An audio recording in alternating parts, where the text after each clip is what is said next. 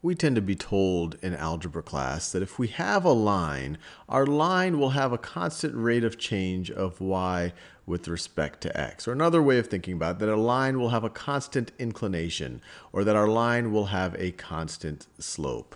And our slope is literally defined as your change in y. This triangle is the Greek letter delta. It's a shorthand for change in. It means change in y. Delta y means change in y over change in x. And if you're dealing with a line, this right over here is constant.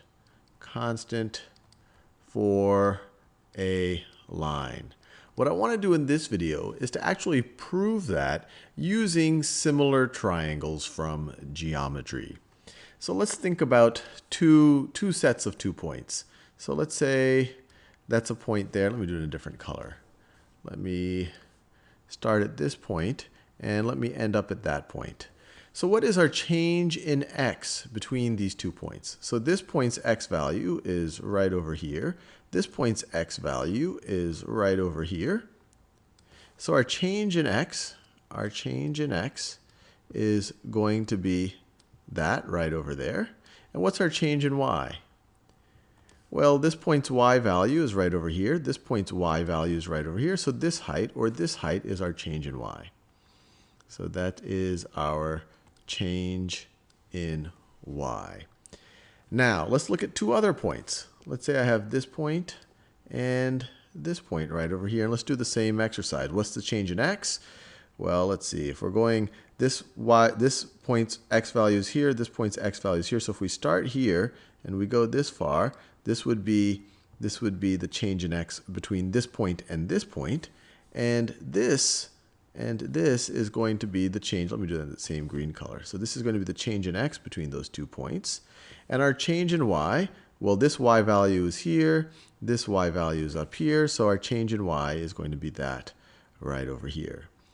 So what I need to show, I'm just picking 2 arbitrary points. I need to show that the ratio of this change in y to this change of x is going to be the same as the ratio of this change in y to this change of x. Or the ratio of this purple side to this green side is going to be the same as the ratio of this purple side to this green side. Remember, I'm just picking 2 sets of arbitrary points here.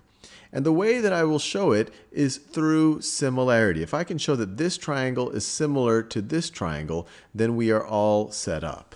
And just as a reminder of what similarity is, 2 triangles are similar, and there's multiple ways of thinking about it. So you're similar if and if only if all corresponding, or I should say all 3 angles are the same or are congruent. So all 3, and let me be careful here, they don't have to be the same exact angle. The corresponding angles have to be the same.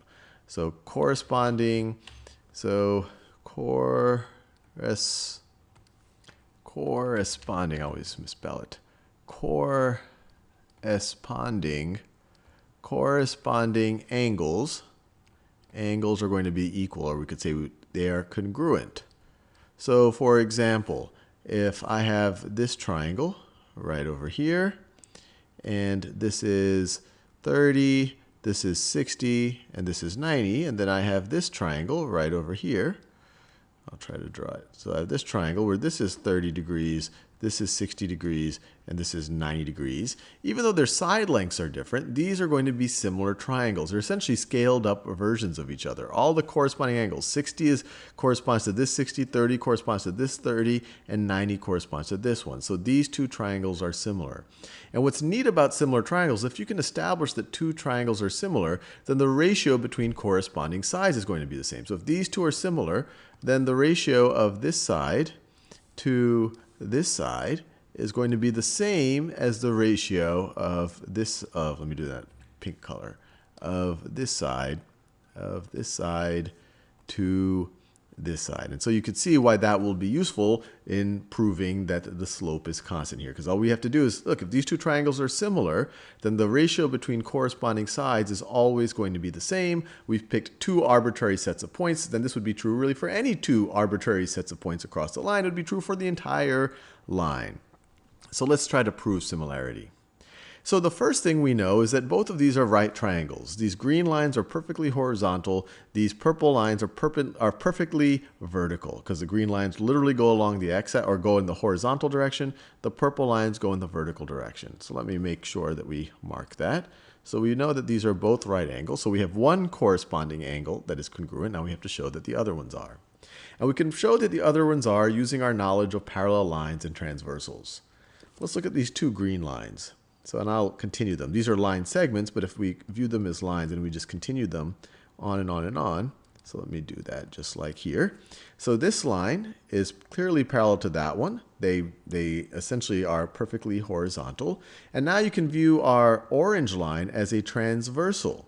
And if you view it as a transversal, then you know that this angle corresponds to this angle. And we know from transversals of parallel lines that corresponding angles are congruent. So this angle is going to be congruent to that angle right over there. Now we make a very similar argument for this angle, but now we use the two vertical lines. We know that this segment, we could continue it as a line. So we could continue it if we wanted as a line. So just like that, a vertical line. And we could continue this one as a vertical line. We know that these are both vertical. They're just measuring, they're exactly in the y direction, in the vertical direction. So this line is parallel to this line right over here. Once again, our orange line is a transversal of it, and this angle corresponds to this angle right over here. And there we have it. They're congruent. Corresponding angles of transversal of two parallel lines are congruent. We learned that in geometry class. And there you have it. All of the corresponding, this angle is congruent to this angle is congruent to that angle, and then both of these are 90 degrees. So both of these are similar triangles. So both of these are similar. So let me write that down. So we know that these are both similar triangles. And now we can use the common ratio of both sides. So for example, if we called this side length A, and we said that this side has length B, and we said this side has length C, and this side has length D, we know for a fact that the ratio, because these are similar triangles, the ratio between corresponding sides, the ratio of A to B,